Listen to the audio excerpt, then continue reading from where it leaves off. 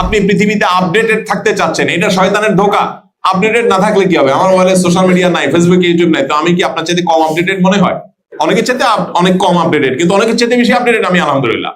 আমাদের ওই যে কিডনির একজন ডাক্তার, স্বাধীনতা পদক প্রাপ্ত ডাক্তার কামরুল ইসলাম সাহেব, অনেক কিডনি স্থাপন করেছেন, ভালো মানুষ হিসেবে মানুষ জানে সমাজে, তাই না?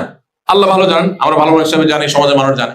ওনার একটা বক্তব্যে, আমি ঢাকা মেডিকেল কলেজে, আমারও বক্তব্য ছিল, আমার আগে উনি বক্তব্য দিয়েছেন, তো আমি ওনার বক্তব্যের 2-3 মিনিট শোনার সুযোগ পেয়েছি। তো উনি একটা কথা বলছিলেন, দেখলাম ঢাকা মেডিকেল স্টুডেন্টদেরকে বলছে, বাবারা তোমরা সবাই আজকাল নেটে কানেক্টেড আছো, তোমরা জগতের কি হয় সবার আগে আপডেট পাও।